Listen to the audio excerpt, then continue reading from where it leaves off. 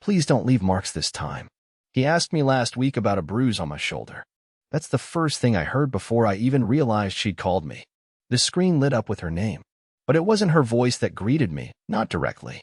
It was that breathy version of her, the one she used to only save for the bedroom. I didn't even know she was out of the ballroom yet. There was music in the background, faint, muffled. Then laughter. And then the voice of a man I didn't recognize. Smooth. Confident. Too comfortable. Then maybe next time, don't wear his favorite perfume when you're with me. She laughed. That laugh. My whole body went cold. I didn't know what I was hearing at first. Maybe some twisted game? A joke? But it wasn't. Because when she spoke again, her voice dipped into a tone I'd never heard her use with me. You like that scent, though. Admit it. You said it reminded you of college. College? She didn't meet me until she was 26. She never told me about anyone from college, just that it was a blurry phase she didn't miss. I believed her. Like an idiot, I believed every carefully measured word that ever came out of her mouth. The man chuckled and said, I liked it better on your sheets. When he was out of town, I wanted to throw the phone, but I couldn't move, couldn't even breathe. I just sat there, frozen in the glow of betrayal. She said something else, something quiet. The only word I caught was tonight. I wanted it to be a misunderstanding. I wanted her to suddenly say, oh, wait, is my phone on? But she didn't, because she didn't know. The call was still going. She was still talking, still laughing. And I sat in our kitchen, staring at the mug I'd washed for her just an hour earlier. Her favorite one. The one that says, let's build an empire together. Ironic, because somewhere between her call and my trembling hand, I realized she already built hers. Just not with me. The call ended on its own, not with a goodbye, not with her realizing what she had done, but with the careless scrape of a chair and the faint hum of a door closing. Silence followed.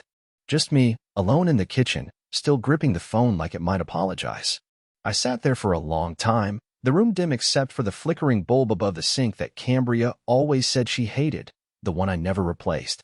Somehow that flicker matched the panic in my chest, flashing in sync with every fragmented thought slamming through my head. I didn't even know what to feel: anger, sadness, confusion, but something inside me had snapped. Something quiet but irreversible. I didn't sleep that night. Every time I closed my eyes, I heard her voice whispering into the phone. Not to me. Never to me. Just to whoever he was. Don't leave marks this time. It echoed like it had been tattooed inside my skull. I tried to rationalize it, convince myself it wasn't what it sounded like, but no part of me bought it. I knew what I'd heard. And worse, I knew how natural it sounded. She wasn't nervous. She wasn't ashamed. She was comfortable. That was the part that gutted me. Around 3 a.m., I walked into our bedroom. Her pillows still smelled like the lavender spray she used at night. The blanket on her side of the bed was untouched. She hadn't come home. I didn't even know if she'd planned to. And for the first time in years, I realized I had no idea who my wife really was when I wasn't looking. My hands were shaking when I picked up her iPad. It was synced to her phone. She knew I wasn't the type to snoop. I'd always respected her privacy. But that night, privacy felt like a joke, and respect felt like a blindfold I'd willingly worn while someone emptied out my soul. I unlocked it. The messages were mostly clean.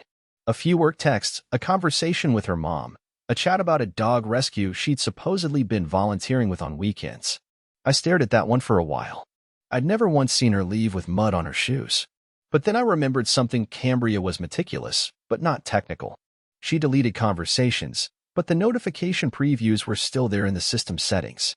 I scrolled through the archives, and there it was. A number saved under the name Jen's work phone. No picture. Dozens of messages sent over the last 2 weeks. All gone. Except for the timestamps. Every message deleted at exactly 12:01 a.m. every single night. It was like a ritual. I wanted to scream, to throw the iPad. But I just sat there, clutching it like some pitiful archaeologist discovering evidence of his own extinction. The woman who texted me sweet good mornings had another script going with someone else, one she scrubbed away like it was part of her skincare routine. By morning, my body was still. But my mind? It had started writing 100 scenarios. I imagined them together in hotel rooms. I imagined her coming home and kissing me with the same lips. I imagined her laughing in someone else's arms while I stood in the kitchen every night waiting for her leftovers and apologies. At 7:11 a.m., the front door creaked open. Her heels clicked across the floor. I didn't move. She didn't expect me to be awake. That was clear. She froze when she saw me sitting on the edge of the couch, staring straight ahead like a forgotten mannequin. "You're up," she said lightly, adjusting her hair. I didn't answer, just nodded slowly. She walked into the kitchen like nothing happened, like she hadn't just spent the night with someone else. She poured herself orange juice, then turned and asked, "You okay? You look pale." My voice cracked as it left my throat. "You called me last night." She blinked. "What?" "You pocket-dialed me," I said, finally turning to face her. "I heard everything." Her hand trembled just slightly, enough for me to notice. And that was all I needed. The tiniest crack in her armor, the signal that yes, she knew exactly what I was talking about. But instead of confessing, she smiled, and said, "Ellis, you probably misunderstood. It was a loud party. You know how people joke." "No," I interrupted. My voice was barely above a whisper.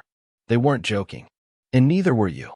She didn't respond right away, just stood there, juice in hand, like a person trying to decide whether to lie or run.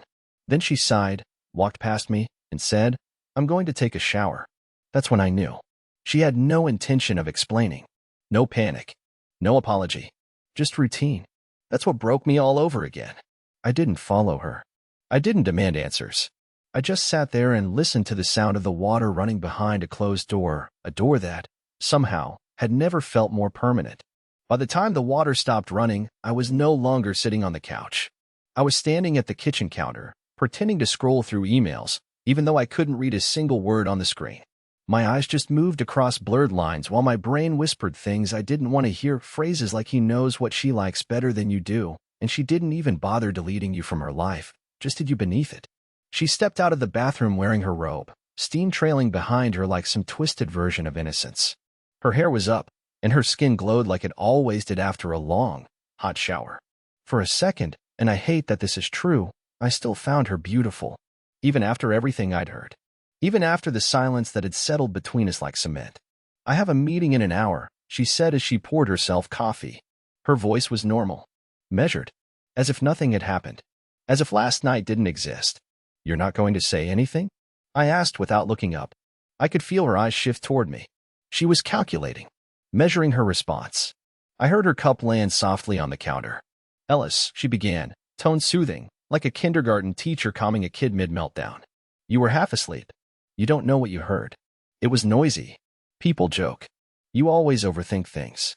That sentence, that exact sentence is the kind of thing I'd heard her say before. When I misplaced a receipt she needed. When I told her a friend of hers seemed too familiar with her. When I asked if she could just stop texting someone during dinner. "You always overthink things." It was her go-to phrase for gaslighting wrapped in kindness. But this time, I didn't let it slide. "You told someone not to leave marks," I said. My voice cracked halfway through the sentence, but I held it. "You told them I wouldn't be awake. That I'd never notice. That I was too busy listening to my podcasts."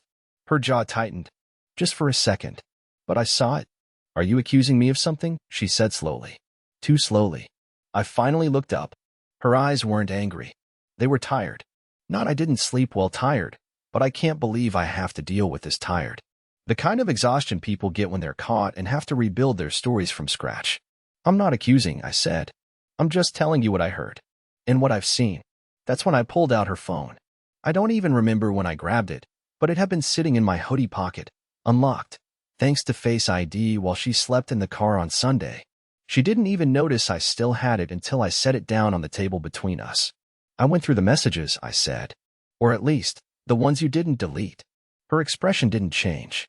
But her hand, her right hand, curled around the coffee mug just a little tighter. "You always said privacy mattered," she said. "But I guess that only applies to me."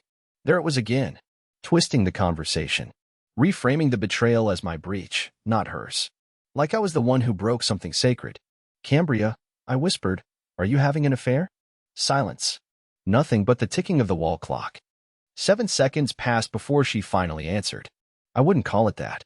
Those 5 words didn't hit like a hammer. They hit like a trapdoor giving way beneath me. There was no denial. No outrage. Just redefinition. As if calling it something else changed what it was. "What would you call it, then?" I asked. She exhaled slowly. Something I didn't plan. Something that made me feel seen. Seen. I wanted to scream. Not because she said it, but because deep down, I'd suspected it. There had been a distance between us. a coldness she wrapped herself in. And like a fool, I thought it was work stress. I cooked more, cleaned more, gave her space. I did everything except ask her directly if she was still here with me, because I was too afraid of the answer. I didn't want to hurt you, she added, her voice softer now, almost sincere. Then why did you? I asked. Why did you keep coming home? Why did you kiss me? Why did you look me in the eyes and say, I love you, with someone else's fingerprints still on your skin? That's when her eyes filled. But I didn't care. I'd spent too long drowning quietly. Her tears didn't move me. Not anymore. She turned away, walked to the sink, and pretended to rinse her mug. As if this were just another Thursday morning. As if she hadn't just shattered everything we'd built. And me? I stood there, hollowed out, realizing that the woman I'd built my life around had already left me emotionally. I just hadn't caught up yet. For the rest of that morning, we moved around each other like strangers in a waiting room. She sat at her laptop in the dining nook, pretending to review vendor contracts for an upcoming event. I shuffled around the living room, pretending to be deeply invested in reorganizing the bookshelf. Neither of us acknowledged the fact that something irreversible had passed between us. The air felt artificial, too still, like we were both actors in a stage play no one came to watch. She didn't say his name. Not once. And maybe that was the part that made everything worse. I didn't even need a name to picture him. I could already hear his voice, that smug cadence, the familiarity in it, the way he said Cam, like they had history. He wasn't a random fling. He was someone who'd been around long enough to leave fingerprints in places I couldn't see. Maybe a coworker. Maybe someone from one of those industry networking meetups she always attended while I stayed home folding laundry and overcooking pasta. By noon, I broke. I asked her again. Not with yelling. Not with anger. Just exhaustion. How long? She paused, her fingers still on the keyboard, then turned to face me. Does it matter? That reply should have made me furious. But it didn't. It just confirmed something I hadn't admitted out loud, that she'd already grieved this marriage long before I knew it was dying. It matters to me, I said. My voice cracked in the middle. Because I'm still trying to figure out how long I've been living in the wrong version of my life. She didn't answer immediately. She looked past me, toward the window, like she was waiting for the sky to hand her a script. When she finally spoke, it wasn't an answer. Not a full one. A few months. A few months. Like that meant anything. Like betrayal had a softer edge depending on its duration. I nodded slowly, then asked the question I was afraid would collapse me completely. Do you love him? She hesitated. That split second felt like watching someone flip a coin and pray it lands on the side that doesn't explode. I don't know, she said. It's different. That word echoed in my ribs like a knock I wasn't ready to open the door for. Different. What did that mean? That he gave her something I couldn't? That he didn't ask her about her day while microwaving leftovers and trying to ignore his own growing panic attacks? I couldn't sit still anymore. I walked to our bedroom and stared at the framed picture on our nightstand. It was from our 4th anniversary. We'd gone to a quiet bed and breakfast in Vermont. I was smiling like an idiot in that photo. She was too. And I kept wondering, was she lying even then? Or did something just switch off later and never come back on? I opened her dresser drawer. Not out of spite. Just curiosity. I needed to feel like I wasn't crazy. Inside, everything was neatly folded, just like always. Her little lavender satchels tucked between the clothes, her nail file, the old bracelet I got her on a whim. But in the back of the drawer, barely visible behind a stack of workout leggings, was a receipt. I don't know why I noticed it. Maybe because it wasn't folded like her usual ones. It was crumpled. From a hotel. A name I recognized. Downtown. Dated 2 Fridays ago. That was the night she said she had a late team debrief. I took it to the kitchen, placed it silently in front of her. She stared at it. Said nothing. I didn't speak either. I didn't need to.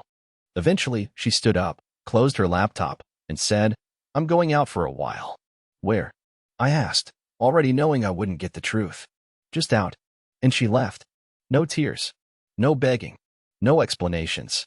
Just the soft sound of the door closing, gently, deliberately, like she was afraid of waking something that might still love her. And me? I stood in that quiet, blinking at the empty space where she'd been, wondering how long I'd been living beside someone who'd already stepped away, long before her body followed. I didn't leave the apartment that day. I couldn't. The silence was too loud to compete with. Every room echoed with pieces of her. The faint scent of her perfume on the hallway rug. The outline of her coffee mug on the counter. The charger cord still plugged into the outlet beside the bed. Every detail stabbed me in ways I didn't think were possible. I tried to distract myself, to clean, to write a grocery list, to scroll my phone. But nothing worked. Because in the back of my head, her voice kept playing, laughing, teasing, whispering to someone who wasn't me. By late afternoon, I was sitting on the edge of our bed, staring at the phone in my hand. Hers. She'd forgotten it on the entryway table in her rush to leave. At first, I told myself I wouldn't look. That even now, even after everything, I'd respect her privacy. But that wasn't true. I was lying to myself. I wasn't looking for closure. I was looking for proof that I wasn't insane, that I hadn't imagined it, that somewhere in her texts or photos or voice memos, there was a piece of her still tethered to me, still real. The phone was locked, of course, but she'd used the same passcode for years. Her childhood street number. I tried it. It opened. There weren't many messages. That didn't surprise me. She was methodical. She knew how to cover her tracks. But I remembered something, an old habit she had, one she didn't think mattered. She never deleted her notes app. And that's where I found it. A list. Titled simply, Things to Remember, S. I opened it, and my stomach turned instantly. Parking pass for suite 315. Don't wear Ellis's flannel again. Use neutral scent, no gardenia. Remind him, next Friday, no hotel, use his place. Return bracelet to drawer. He noticed it missing. I felt like I was reading someone else's life, someone else's nightmare. But the most jarring part wasn't the content, it was the tone. It read like a grocery list. Cold. Clinical. Like I was just a factor to manage while she moved through another life on the side. I kept scrolling. At the bottom of the note, one entry stood alone. Don't say his name. There it was. That explained everything. That quiet decision to keep him unnamed, to preserve the illusion, or maybe to prevent guilt from fully blooming.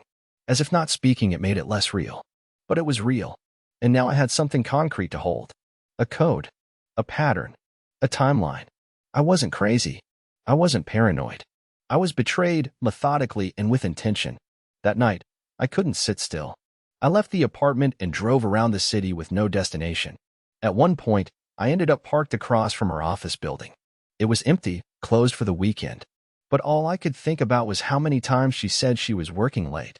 How many lies were wrapped in conference calls and client briefings. I sat there until the streetlights flickered on, and the shadow of my car stretched long and crooked across the sidewalk. That's when I saw him. A man walked out of the side door. Tall, dark jacket, confident stride. He didn't see me, but I recognized him instantly, not from sight, but from sound. The voice. That deep, casual voice from the call. He lit a cigarette, checked his phone, and leaned against the brick wall like he owned the city. I should have left, but I didn't. I sat there in the dark, watching the man who ruined my life take slow drags like he hadn't just stepped on my marriage like a rug. I imagined confronting him, getting out of the car, yelling, demanding answers. But I didn't move, because what would I say? Hey, I'm the husband. The one she forgot to stop pretending with. What good would that do? Instead, I watched him get picked up by a rideshare. He disappeared into the night, just as silently as he'd entered my world. When I got home, Cambria still wasn't back. And for the first time since this began, I started to wonder if I even wanted her to come back. She came back around midnight. I was on the couch with the lights off, pretending to be asleep, though my mind was sharp and alert, listening to every sound as she slipped off her shoes and placed her keys a little too carefully on the table. She didn't speak, didn't ask why I was still there. She just tiptoed through the apartment like a guest, not a wife, like someone who knew this wasn't her home anymore but wasn't quite ready to say it aloud. I could smell something unfamiliar on her, not perfume, not smoke, but the kind of scent that doesn't belong to your life. The scent of someone else's air, someone else's bed. She went to bed without a word. The next morning, she acted like nothing happened. Again, she brewed coffee, talked about a caterer canceling on her, asked me if I'd seen the umbrella she kept in the hall closet. I answered mechanically, each syllable dropping like dead leaves. I watched her move around the kitchen like she hadn't lit a match to everything we'd built, as if she hadn't left a breadcrumb trail of betrayal for me to follow through every corner of our life. Later that day, she took a long shower. I was sitting in the hallway when her phone, the one she'd left unlocked on the coffee table, buzzed. It wasn't a name that popped up, just a number. No contact saved. The message preview read, "You still taste like him." My hands trembled so badly I almost dropped the phone. There it was. The full brutality. The intimacy I was denied. And worse, the reality of her double life, now reduced to a twisted kind of poetry. I didn't open the message. I couldn't. But I took a photo of the screen with my own phone. I needed to remember that it was real. I needed evidence, even if it was just for myself. I sat with that photo for hours, staring at it, rereading it, analyzing the punctuation, wondering if she'd seen it, wondering if she'd answer it. And when she walked into the room, towel-wrapped, damp hair clinging to her neck, I didn't say a word. I just watched her pick up the phone, glance at the screen, and pause. She didn't flinch. She didn't gasp or panic. She simply pressed her finger to the screen and slid the message away like it was spam. Then she looked at me and said, "You okay? You okay?" It was like being punched in the chest by a whisper. I wanted to ask her who he was. I wanted to scream, "Why are you doing this to me?" But instead, I said something I didn't expect to say. "Are you ever going to tell me the truth, Cambria?" She stared at me for a moment, like she wasn't sure what version of the truth I was asking for. Then she sat across from me, still in her towel, and said calmly, "Do you really want to know everything?" I didn't answer. Because part of me didn't.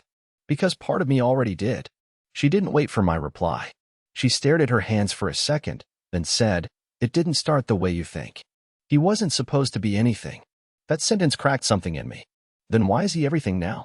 I asked. My voice broke halfway through. "Why do I feel like I'm just background noise in my own marriage?" She didn't cry. She didn't even look ashamed. But for once, she didn't talk in riddles. She said something that I don't think I'll ever forget. "Because you loved me quietly." And he didn't. I just sat there. That's the moment I realized she'd mistaken gentleness for weakness. That my patience had been seen not as love, but as absence. That I, in all my attempts to give her space, had created a void she let someone else crawl into. I stood up, walked past her, into the bedroom. Not because I couldn't take it, but because if I stayed in that room 1 second longer, I might say something I couldn't take back. I closed the door and lay on the bed, staring at the ceiling. Everything felt upside down, like the floor under our marriage had fallen away long ago, and I just now noticed I was falling. And then, something strange happened. Her phone buzzed again, and through the wall, I heard her gasp. Not a guilty gasp. A scared one. That's when I knew something was wrong. It wasn't just me and her anymore. Something or someone else was involved. And I had no idea what was coming next. The sound she made wasn't the kind of gasp someone lets out when they're caught. It was sharper than that, clipped, involuntary. The kind of sound a person makes when the mask slips and they forget someone else is in the room. It wasn't guilt. It was fear. I lay there, staring at the ceiling, every muscle tense. I didn't move. I didn't call her name. I didn't walk back out. I just listened. The kind of listening where the silence hurts your ears, where the softest motion becomes thunder. I heard her unlock her phone with trembling fingers. The hesitation between each tap told me more than any confession ever could. Then the whisper. "Oh no." It barely escaped her mouth, but I heard it. That's when I sat up. Something was wrong. More wrong than anything I'd suspected. I walked into the hallway quietly, barefoot, as if not to scare the truth away.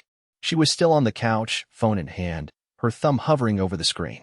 Her face, usually so composed, looked pale, pulled tight, like every drop of warmth had been drained from it. She didn't notice me right away. She was too focused, too frozen. "What is it?" I asked, low, steady. She jumped, genuinely startled. The screen locked in her hand, and she clutched it to her chest like a teenager caught texting someone they shouldn't be. "Nothing. Just work stuff." I didn't even blink. "Cambria, don't insult me." She stood slowly, still gripping the phone. "It's not what you think."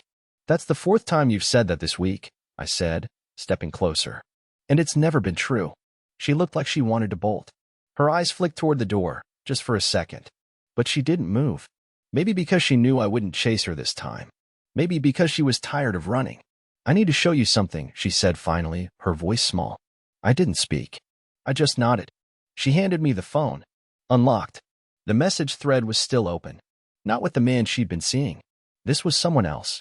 The contact wasn't saved, just a number, longer than normal, international looking. The last message read, "I told you there'd be consequences if you kept ignoring me. This is the last warning. If your husband finds out what happened in Chicago, I'm not covering for you again." I reread it twice. The words blurred and twisted into knots I couldn't unravel. "Chicago?" I asked. She said nothing. "Cambria," I said again, more forcefully this time. "What happened in Chicago?" Her mouth opened, but no words came. Just a sigh. A slow, defeated exhale like a dam breaking inward. It was before him, she said finally. Before the guy you overheard. It was something else. What something else? She sank back down onto the couch, arms wrapped around her knees like a child bracing for punishment. There was a client. A huge one.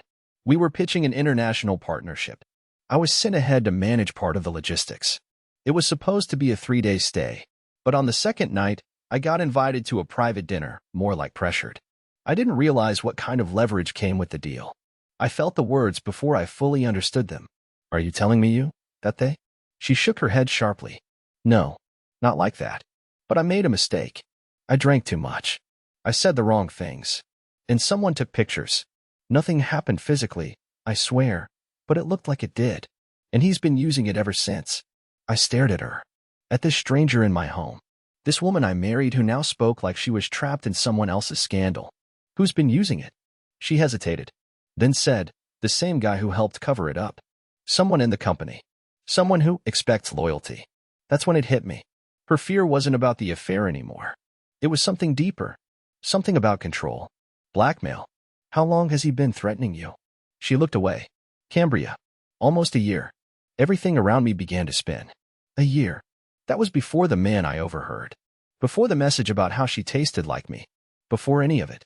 This had been going on long before I thought our marriage had even cracked. And then came the second revelation. The one that punched me harder than anything she'd admitted yet. I think, she whispered, he's been watching us. My chest locked. What do you mean? I think he knows when you're out. When I'm home. I think he has access to more than just my phone. I don't know how far it goes. The room went silent. But in my head, alarms were screaming. It was no longer just betrayal. No longer just infidelity. This was something else. And for the first time in this whole nightmare, I realized Cambria might not be the only one lying to me. Someone else was in our life. Watching. Waiting. Pulling strings. And I was just starting to see the edge of the web. That night, I didn't sleep. Not even a little. I sat at the kitchen table, the lights low, the city flickering outside like it didn't know my world had split open. Cambria had gone to bed, or at least pretended to. I could hear her pacing in the bedroom, floorboards creaking under her uncertain steps. For once, she didn't know how to fix it. There was no smooth apology, no pivot, no explanation rehearsed enough to make this go away. And strangely, I didn't need her to fix it anymore. For the first time in months, maybe even years, I felt clear. The betrayal had layers, yes. But what really broke me wasn't the infidelity. It was the silence. The way she lived 2 lives while I withered quietly in one. The way I kept forgiving her in my head before she even confessed, just to protect the illusion I was too scared to shatter. But now it was shattered. And I wasn't scared anymore. The next morning, I waited until the sun was just rising, soft pink light bleeding through the windows. I packed a bag. Just a few things. Some clothes. My journal. My laptop. A photo of my father and me from when I was a kid, before life got complicated. I didn't make noise. I didn't slam drawers. I didn't leave a dramatic note. I didn't need to. She woke up as I was zipping the bag. Her eyes were swollen, from crying or lack of sleep. I didn't ask. She stood in the doorway, gripping the edge of the frame like she needed it to stay upright. You're leaving? She asked. I nodded. Yeah, just for a while. She didn't ask where. She didn't beg. She didn't play the victim.